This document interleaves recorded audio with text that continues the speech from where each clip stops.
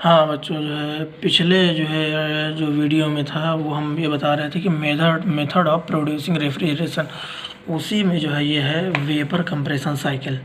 तो ये तुम्हारे वेपर कंप्रेशन साइकिल है ये, कि यहाँ पर जो है जो तुम्हारा रेफ्रिजरेंट है 1 और 2 प्रोसेस में जो है वो जो है तुम्हारा क्या होता है कि लो टेम्परेचर से जो है लो टेम्परेचर सिस्टम से जो है हीट जो है सक करता है, या हीट इसमें जो है एंटर होती है लो टेम्परेचर पर, और ये जो है उस लोअर हीट को जो है जो लो टेम्परेचर हीट होती है उसको जो है सक करके ये जो है इवेपोरेट हो जाता है जो रेफ्रिजरेंट होता है।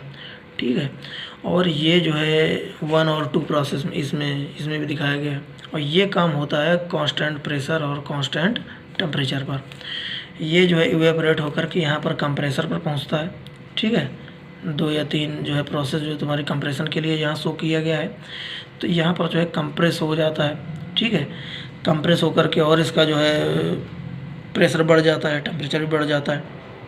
इसके बाद 3 से 4 प्रोसेस में कंडेंसर पर पहुँचता है, जहाँ पर जो है हीट एक्सचेंज होती है, और जो है इसकी जो है जो रेफ्रिजरेंट होता है उसकी वेपर्स की जो है कूलिंग होती है।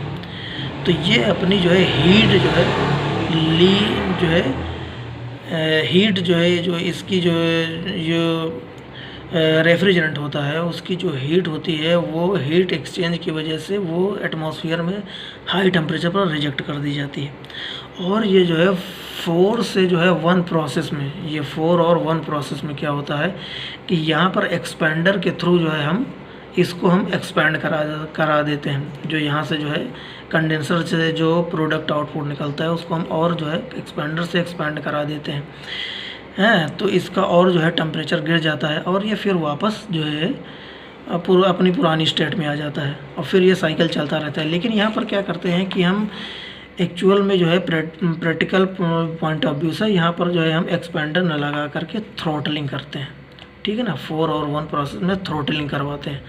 थ्रोटलिंग एक जो है छोटा सा ऑरिफिस होता है, तो उसके थ्रू जो है जब हम एकदम से जो है हम यहाँ से जो है जो कंडेंसर का जो आउटपुट है इससे हम पास कराते हैं, तो उसका जो है प्रेशर जो है डाउन हो जाता है। जब प्रेशर डाउन हो जाता है तो उसका टेम्परेचर भी जो है डाउन हो जाता है।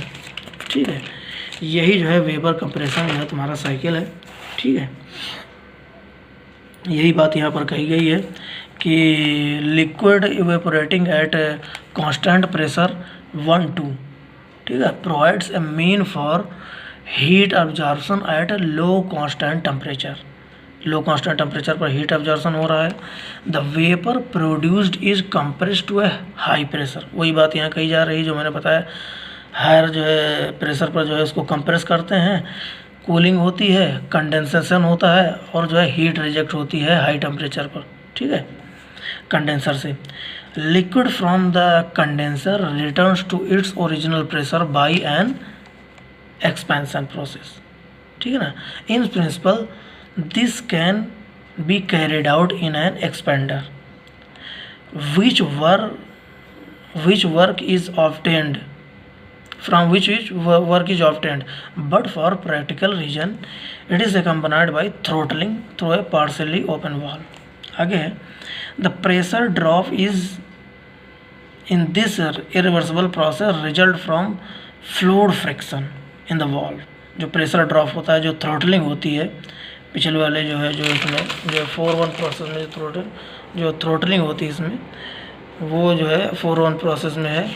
वो क्या होता है कि जो है जो थ्रोटलिंग है result from fluid friction in the valve, fluid friction की वजह से होती है। और जो थ्रोटलिंग है वो जो है कांस्टेंट एंथैल्पी पर होती है। ठीक है, तो ये जो है 4-1 प्रोसेस थ्रोटलिंग प्रोसेस दिखाया गया है। जो डैश्ड लाइन है 2-3 dash is the path of isentropic compression. ये यहाँ पर जो है ये 2-3 तो जो है ये कंप्रेशन दिखा रहा है, जो 2-3 डैश है ये आइसेंट्रोपिक कंप्रेशन को दिखा रहा है। ठीक है ना, ये 2-3 डैश, 3 के ऊपर डैश लगा हुआ। ठीक है, बस अब यहाँ पर जो है क्या करते हैं कि जो है on the basis of unit or mass of fluid, the equation for the heat absorbed in the evaporator and heat rejected in the condenser. जो हीट एब्जॉर्ब है ये QC और ये तुम्हारी QS जो है हीट रिजेक्टेड है, उसके बिहार पर हम जो है यहाँ पर हम जो W की वैल्यू है यानी वर्क ऑफ कंप्रेशन है वो हम निकाल लेते हैं S3 - S2, ठीक है ना। साथ में हम यहाँ पर ये भी एक काम करते हैं कि चूँकि जो है जो P यानी पोटेंशियल एनर्जी और जो काइनेटिक एनर्जी हैं उनमें जो है बहुत ही जो है स्मॉल चेंज होता है, तो उसके लिए हम उनको नेगलेक्ट कर देते हैं। तो यहाँ से हम जो है कोएफिशिएंट ऑफ परफॉर्मेंस निकाल लेते हैं इसके लिए, वो तुम्हारा जो है QC/W, यहाँ पर वैल्यू रख दो QC के और W की, वर्क ऑफ कंप्रेशन की। तो यहाँ से कोएफिशिएंट ऑफ परफॉर्मेंस जो है फाइंड आउट हो जाता है। एक और चीज़ जो है, जब हम इवेपोरेटर या कंप्रेसर या कंडेंसर के डिज़ाइन करते थे तो वहाँ जो है एक इम्पॉर्टेंट बात होती है, वो rate of circulation of refrigerant, वो हम जो है यूज करते हैं। तो उसके लिए ये फार्मूला दिया हुआ है, ये चाहो तो जो है मेंशन कर सकते हो। इसके बाद जो है नेक्स्ट है जो चॉइस ऑफ रेफ्रिजरेंट जो है कैसा होना चाहिए जो हम चॉइस करेंगे, ठीक है ना। तो एफ जो है अब चूँकि जो है जो कार्नोट जो है इंजन है वो जो है वर्किंग जो फ्लूइड होता है उससे इंडिपेंडेंट होता है, उसी तरीके से जो है जो तुम्हारा कोएफिशिएंट ऑफ परफॉर्मेंस होता है रेफ्रिजरेंट का, वो भी जो है रेफ्रिजरेंट से जो है इंडिपेंडेंट होता है। लेकिन फिर भी जो है हम जो है कुछ ऐसी चीज़ें हैं जो करेक्टरिस्टिक हैं जो कि हम जो है हम ध्यान रखते हैं, वो है टॉक्सिसिटी है, रेफ्रिजरेंट की फ्लेमेबिलिटी कैसी होनी चाहिए, कॉस्ट, इरोजन प्रॉपर्टीज़ हैं, and vapour pressure in relation to the temperature, ठीक है ना। टेम्परेचर के रिलेशन में वेपर प्रेशर को भी हम ध्यान रखते हैं कि कैसा होना चाहिए, ठीक है ना। ये सारी जो है बहुत ही इंपॉर्टेंट चीज़ें हैं रेफ्रिजरेशन के चॉइस के मामले में, ठीक है। अब तो यहाँ पर ये देखते हैं कि जो है vapour pressure of the refrigerant at the evaporator temperature should be greater than atmosphere temperature, यानी इवेपोरेटर टेम्परेचर पर जो है जो वेपर प्रेशर है रेफ्रिजरेंट का वो एटमॉस्फेरिक जो है प्रेशर से ग्रेटर होना चाहिए। On the other hand vapour pressure at the condenser temperature should not usually unduly high, ठीक है ना। कंडेंसर जो है टेम्परेचर पर जो है वेपर प्रेशर जो है हाई नहीं होना चाहिए, ठीक है ना। और जो है ये पहले हम ये जो है रेफ्रिजरेंट यूज करते थे जो है ammonia, methyl chloride, CO2, C3H8, बीच में जो है फ्लोरोकार्बन वगैरह यूज करते थे, CCl3F एंड CaCl2F। लेकिन ये सब क्या हुआ कि इन सब के यूज करने की वजह से जो है हमारा जो है ओजोन का जो डिप्लेशन बढ़ गया था, ठीक है ना। तो उसकी वजह से अब हम जो है क्या करने लगे हैं, हम ये यूज करने लगे हैं जिनमें या तो जो है बहुत ही जो है जो फ्लोराइड है वो बहुत ही जो है जो मतलब जो क्लोरीन है बहुत कम मात्रा में यूज की जाए, जैसे CaCl2F CF3, या तो ना यूज की जाए, ठीक है ना।